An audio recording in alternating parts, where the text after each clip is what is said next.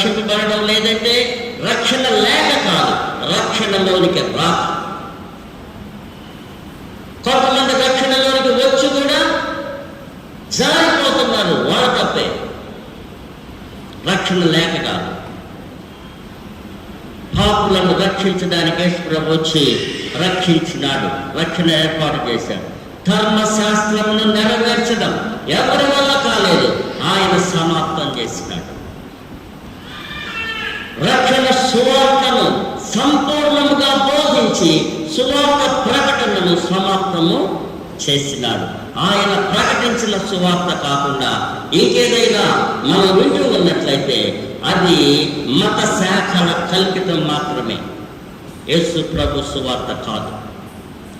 మరియు విమోచన క్రయధనముగా ప్రాణమర్పించడం సమాప్తము చేసినాడు.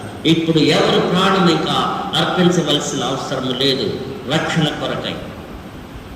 మరియు పరిచర్య చేయడం ఆయన సమాప్తం చేసినాడు. మరియు 6వ విషయము తండ్రి చిత్తము చేయడం సమాప్తం చేసినాడు. సాతానును ఓడించడం సమాప్తం చేశాడు. 7వ విషయం